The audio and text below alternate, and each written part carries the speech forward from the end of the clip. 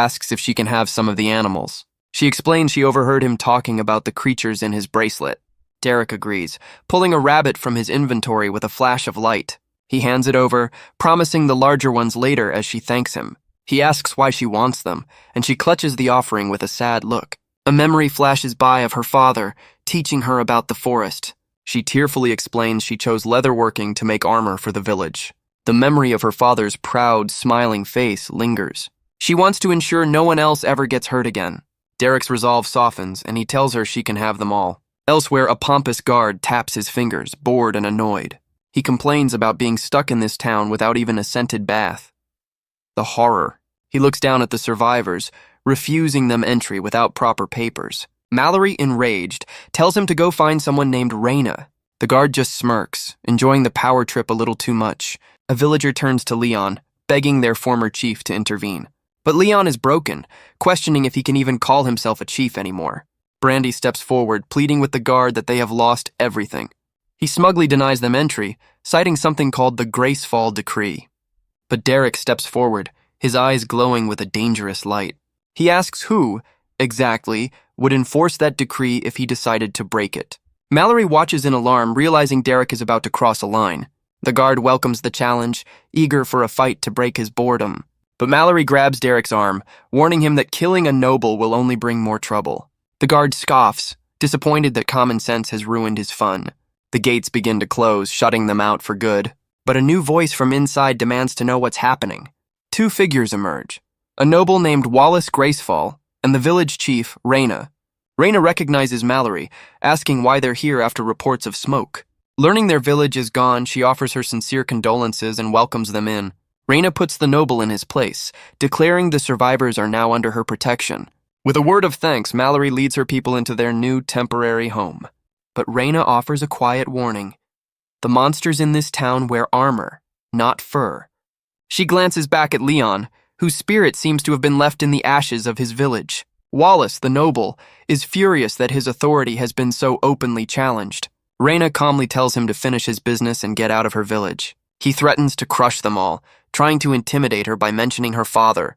But the mention of family seems to be a sore spot for him too, as he quickly backs down. Derek watches them go, his contract with Thomas now officially complete. He tells himself he's only staying to gather information. "Sure you are, buddy," Raina calls out, offering him sanctuary within the village walls. Caught off guard by the kindness, Derek agrees to stay a while longer. But as he steps forward, a wave of unseen power washes over Raina. She breaks into a cold sweat, wondering what kind of aura this stranger possesses. Elsewhere, an elderly couple waits anxiously for Raina's return. The woman, Delilah, paces the floor, her patience worn thin. She snaps at her husband, unable to rest while her grandson, Thomas, is missing. The sound of the door opening finally breaks the tense silence. Delilah turns, demanding to know what could have possibly taken so long. But her words die in her throat as she sees who has returned with Raina. Thomas sprints into the room, his voice filled with pure joy. His grandmother rushes to meet him, her own tears finally falling. The boy closes his eyes, safe in her arms at last. The family is finally reunited, a small moment of peace in the chaos. Raina smiles, asking if this was important enough to wait for. Derek and Thomas share a quiet, knowing look, their journey together at an end. As the family catches up, Derek watches on, a silent observer. Soon, the leaders gather to discuss the grim reality of their situation. Raina turns to Derek, acknowledging that he is the reason anyone survived. She bows her head, offering him the village's eternal gratitude. Thomas is finally reunited with his grandparents, enjoying a rare moment of peace. Derek brushes off the gratitude, telling them to drop the formalities. But Raina insists, stating it is a chief's duty to protect her people. Her tone shifts, her expression hardening as she gets down to business. She makes it clear that if he's expecting payment, they have nothing to offer. The village's resources are already stretched to their absolute limit. Especially with parasites like the noble Wallace draining what little they have. Derek just smirks, questioning if she really thinks he's here for money. He explains that Thomas already paid him back by helping him first. He then shifts the focus to the real issue, the corrupted forest. Raina leans in, demanding to know what he's learned about the threat. Derek reveals he has a theory, based on his own world system. He tells them they're likely dealing with a dungeon break. He begins to explain the nature of dungeons, the lifeblood of the system. They are sources of immense power, treasure, and incredible danger. Each one is a self-contained world, a trial for those brave enough to enter. But when a dungeon is left unchecked or the system itself falters, it can rupture, unleashing chaos and monsters upon the world. Its corrupting energy seeps into the land, twisting everything it touches. This is the source of the blight that destroyed their home. Raina is skeptical, but Derek points out that new dungeons can appear. The old man Richard agrees, noting a remote dungeon could go undiscovered. The realization dawns on him. It's the only theory that fits the facts. Raina turns to him for confirmation, and he admits it's their only lead. She then asks Derek where he's from, hoping for more clues. He dodges the question, stating that now they know the problem, they must solve it. He tries to leave, suggesting the nobles outside can handle the mess. Classic Derek. But Raina calls out, stopping him in his tracks. She admits they have nothing to offer him in return for his strength. But with a look of desperation, she asks for his help one more time. Derek lets out a long, weary sigh. He turns to leave, flatly refusing her plea. Thomas can only look on, his hope fading. But Derek calls out to the boy, telling him to follow. He says he needs to find Brandy to give her the rest of the pelts. And with that, the two of them are gone. Richard admits that Derek has a point about his priorities, but Raina wishes he wasn't so brutally honest about it. She turns to Leon, asking for his assessment of the stranger. She needs to know if this man is an ally or a threat. Leon considers the question, his expression grim. He admits he can't figure Derek out at all. Raina leans in, sensing there's something more. He adds the small detail that the man can summon the void. You know, casually. Meanwhile, Derek and Thomas walk through the village streets. He asks the boy where they might find the young leather worker. A sudden shout from a nearby alley catches their attention. They find Brandy struggling with a noblewoman over a large pelt. The woman easily rips it from her grasp with a smug smile. She taunts the fallen girl, daring her to retaliate. It seems bullying children is a popular pastime for the local elite, but her victory lap is cut short as she bumps into Derek. Her arrogant expression instantly melts into pure terror. His eyes glow with a familiar, dangerous light. A sword slams into the ground as Wallace arrives on the scene. He demands justice, furious that a commoner dared to touch one of his own. He threatens Raina, telling her to step aside or face the consequences. But Raina stands her ground, refusing to allow a fight in her village. She can't believe Derek is already causing this much trouble. She realizes Leon's warning about him was an understatement. Thomas tries to comfort Brandy as she clutches the stolen pelt. Wallace accepts the challenge, ready to put the commoner in his place. But Derek effortlessly catches his wrist, stopping the attack cold. He tosses the noble aside, telling him to take the woman and go. Derek announces to the crowd that he was leaving anyway. Thomas is stunned, unable to believe Derek is abandoning them. But Derek looks back with a smile, promising he'll return. He hands Thomas the clippers, telling him to practice while he's gone. With a final warning not to unlock his system, Derek walks away. Wallace gets to his feet, furious and not ready to let it go. But Derek cuts him off, surrounded by the noble's defeated guards. He gets close, making sure his next words are perfectly understood.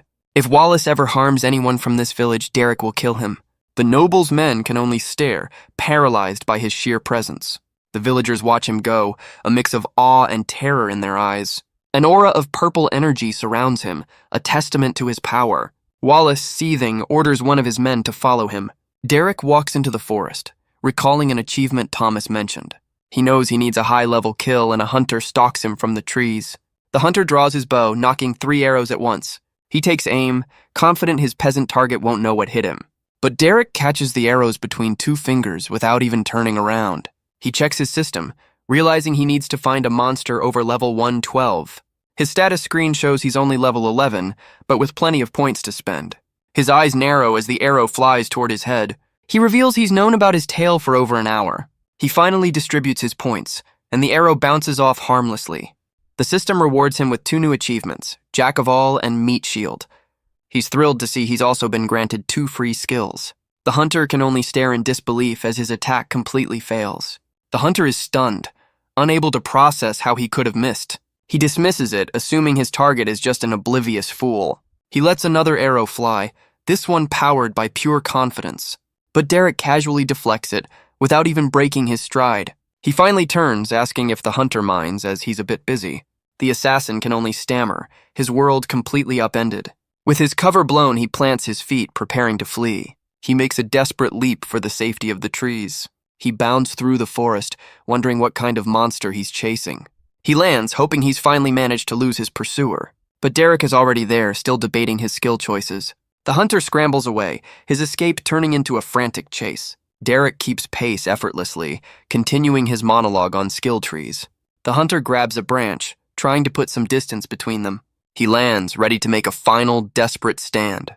He unleashes a volley of arrows, a last-ditch effort. Derek just stands there, mocking him for shouting his attack name. The arrows slam into the tree, creating a massive explosion. The hunter catches his breath, hoping the attack finally landed. He stares into the smoke, praying his target is gone. But Derek is perched on a branch above, looking utterly bored.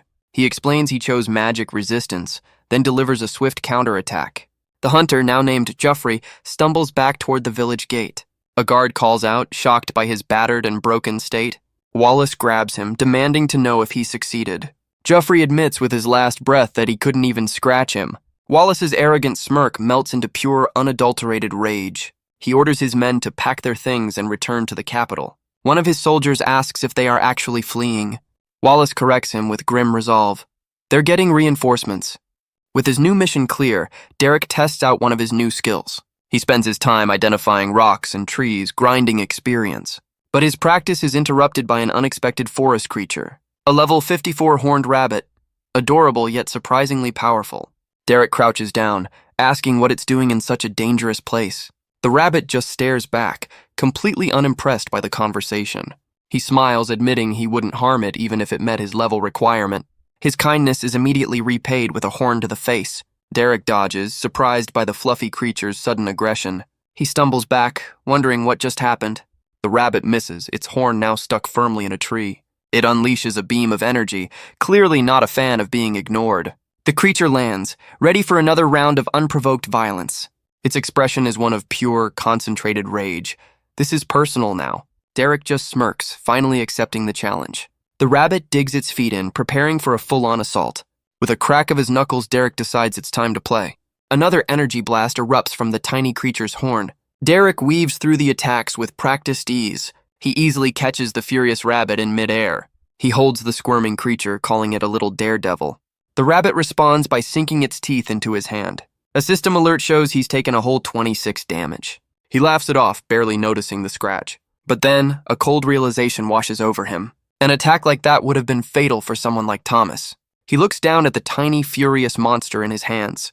He gently places the rabbit back on the ground. With a wave, he leaves it be, deciding it's not worth the effort. The rabbit watches him go, its anger simmering into a silent vow of vengeance. Derek continues his journey, pondering which new skill to learn. He considers his options, a confident smile on his face.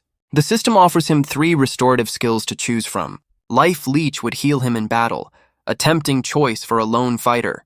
But Rejuvenation offers a targeted heal, a more versatile option. He weighs the selfish choice against a more supportive one, and in a moment of uncharacteristic selflessness, he makes his decision. He chose the skill not for himself, but for the people he abandoned.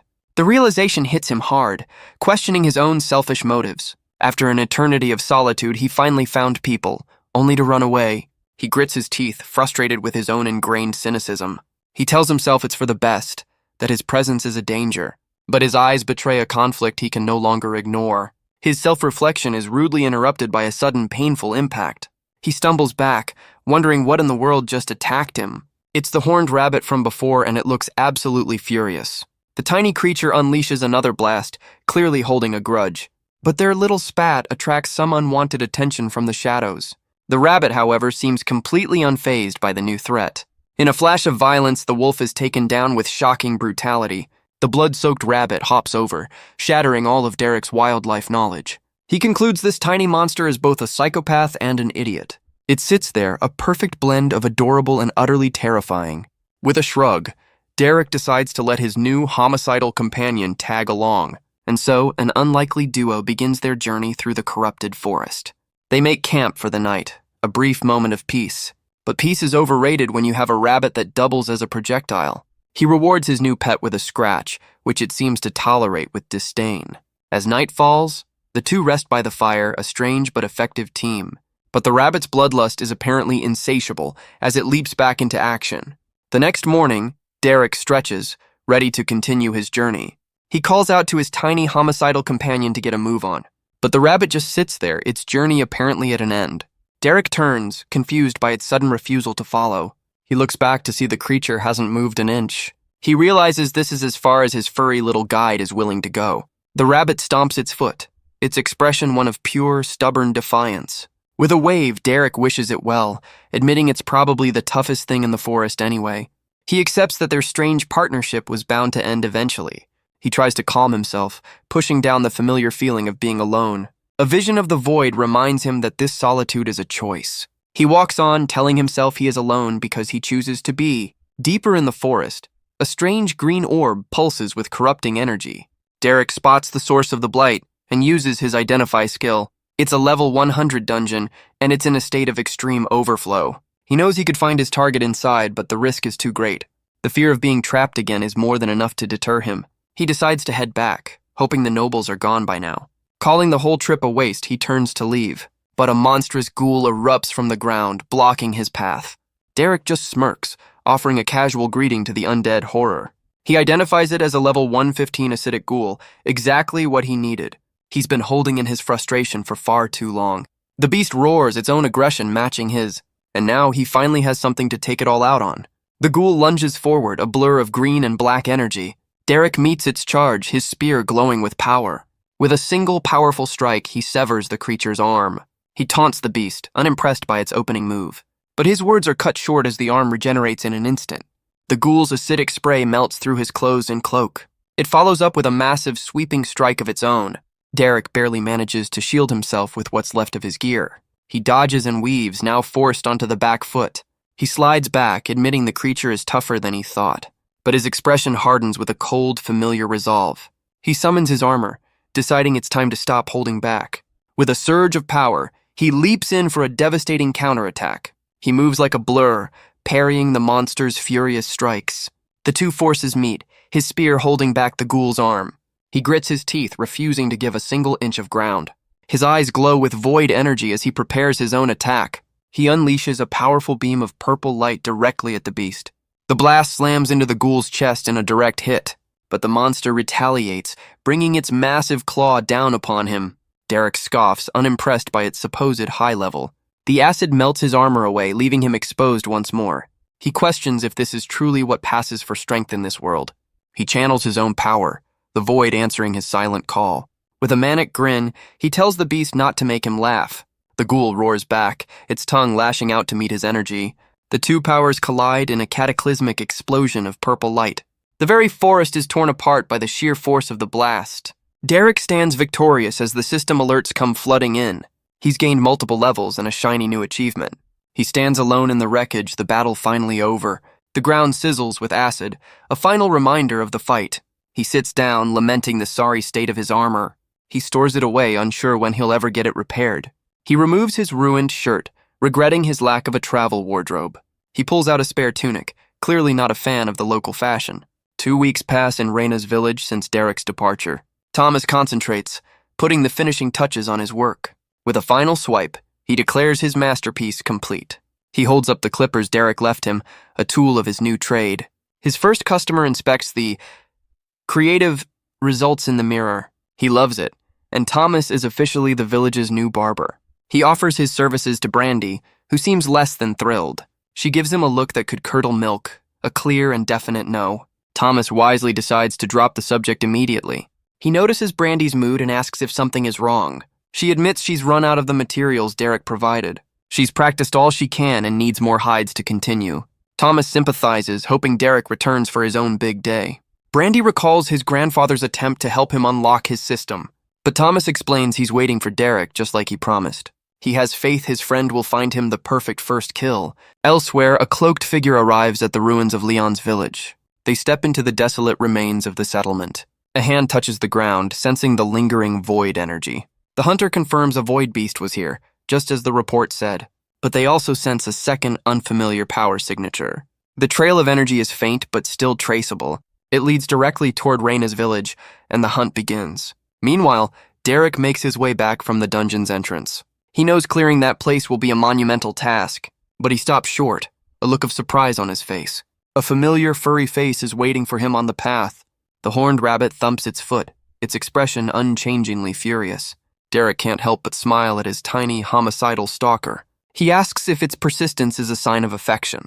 or if it's just trying to kill him, which it immediately confirms. Derek scolds the creature, reminding it of his promise to Thomas. He warns that if it doesn't behave, it'll be the one on the menu. The tiny monster finally seems to understand the gravity of the situation. He lays down the law. It can tag along, but it's not welcome in the village. The rabbit's demonic glare suggests it doesn't take orders well. Derek lets out a sigh, clearly regretting this entire interaction. He sets it down, deciding to just get on with it. With a simple command, he leads his new homicidal shadow onward. He decides it's time to give his new companion a proper name. The creature seems surprisingly pleased by the idea. He cycles through a few generic names while they rest, but none of them seem to fit its unique personality. A personality that involves taking down monsters 5 levels above it.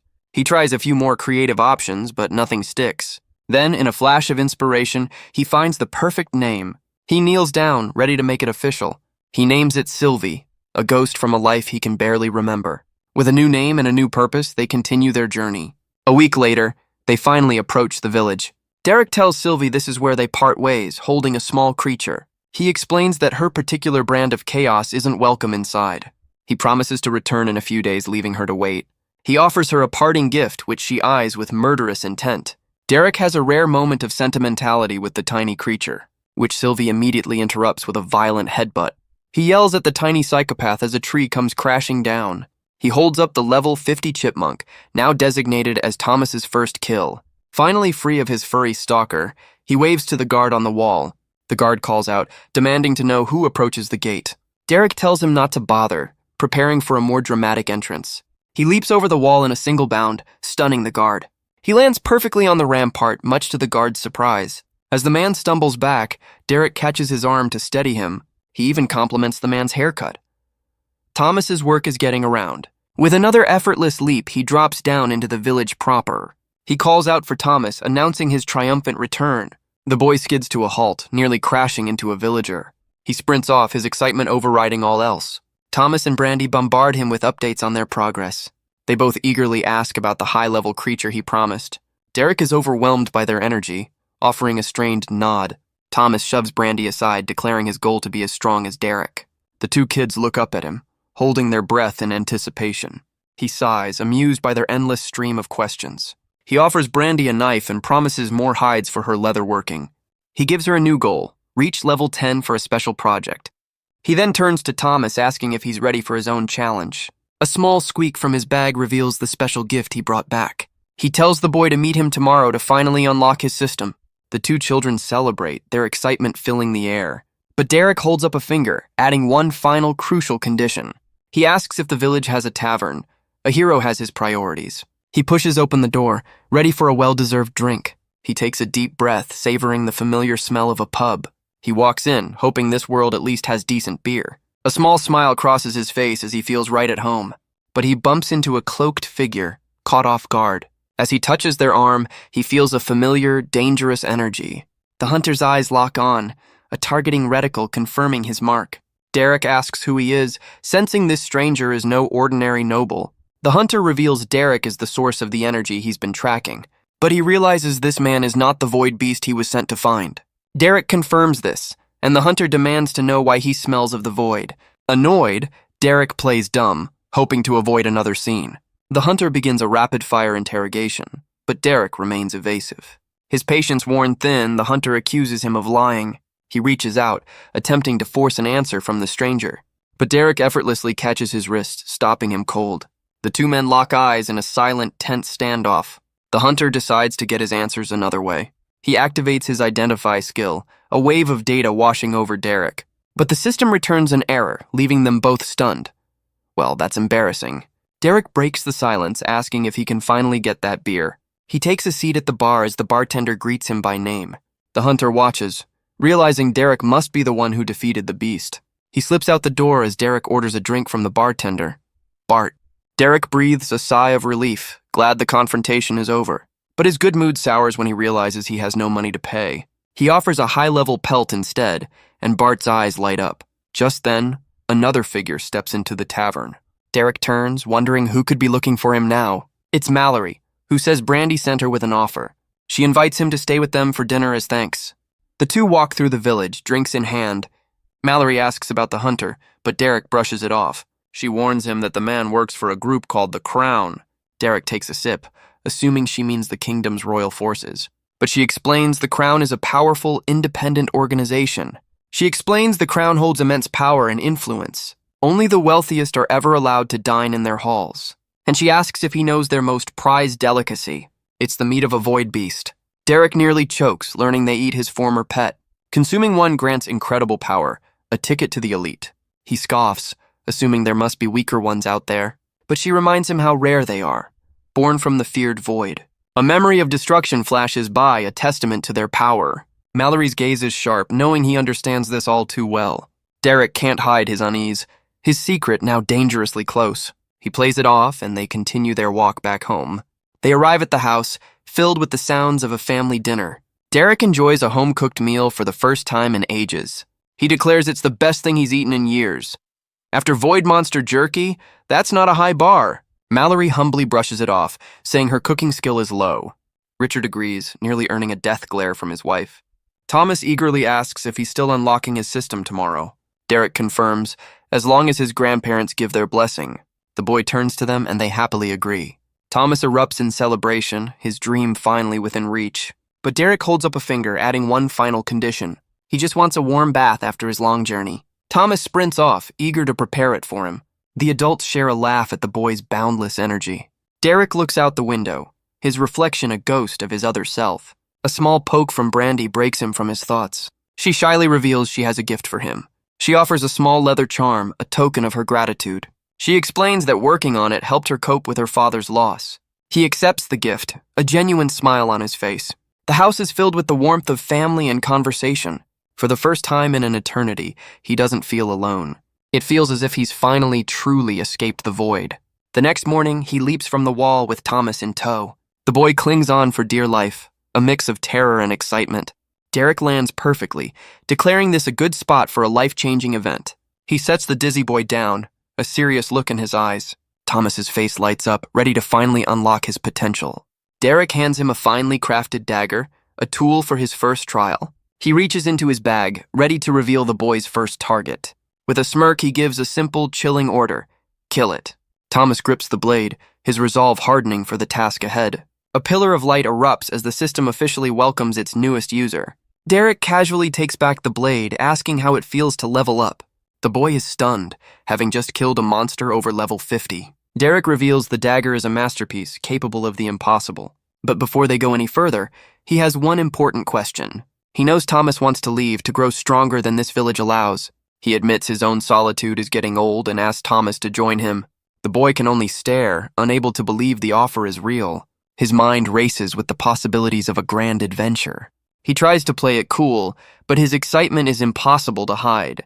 Derek smiles but lays down the first of his conditions. Thomas swears to protect his secrets, perhaps a little too dramatically. The second rule, he must learn to rely on himself, not even on Derek. And the third most important rule, absolute, unquestioning obedience. Thomas hesitates, the weight of that final promise sinking in. Derek reassures him he's not evil, just not exactly a good guy either. With his spirit reignited, Thomas accepts, ready for the journey ahead. With a firm handshake, Derek welcomes his new apprentice to the team.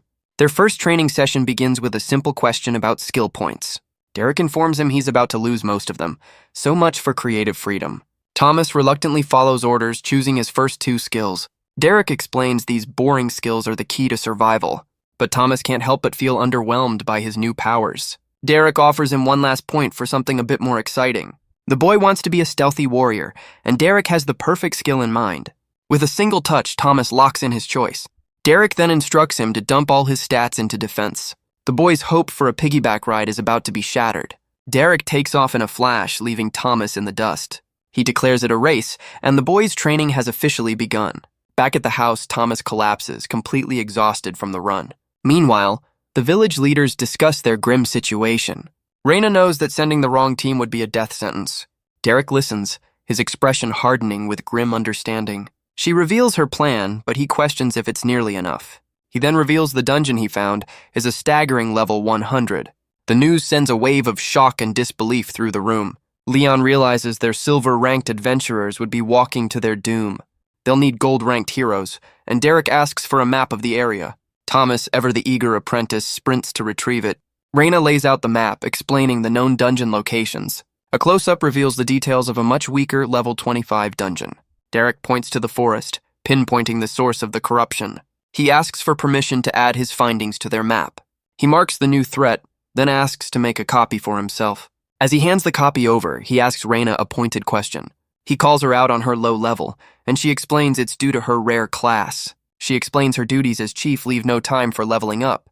Besides, their village's weapons are no match for stronger creatures. A close-up reveals a chipped and worn blade, a relic of past battles. But Derek tosses her a new sword, catching her completely off guard. He invites her to train with him and Thomas, much to the boy's surprise. If she agrees, the blade is hers to keep. A pretty sweet deal. She inspects the weapon, stunned by its incredible quality. With a nod of grim determination, she accepts his offer. Derek heads off, announcing he's going to see his new best friend, the bartender. Elsewhere, Wallace begs his father for reinforcements. But his father is unimpressed, questioning his son's petty crusade. He brings up the village's request for adventurers to solve a problem Wallace failed to handle. He refuses to be embarrassed again, ordering his son to fix his own mess. Wallace tries to argue, but his protest is cut short. With a single word, his father dismisses him from the room. Wallace can only grit his teeth, his pride completely shattered. He turns to leave, his humiliation burning with every step. But he stops, vowing that he will, in fact, deal with them.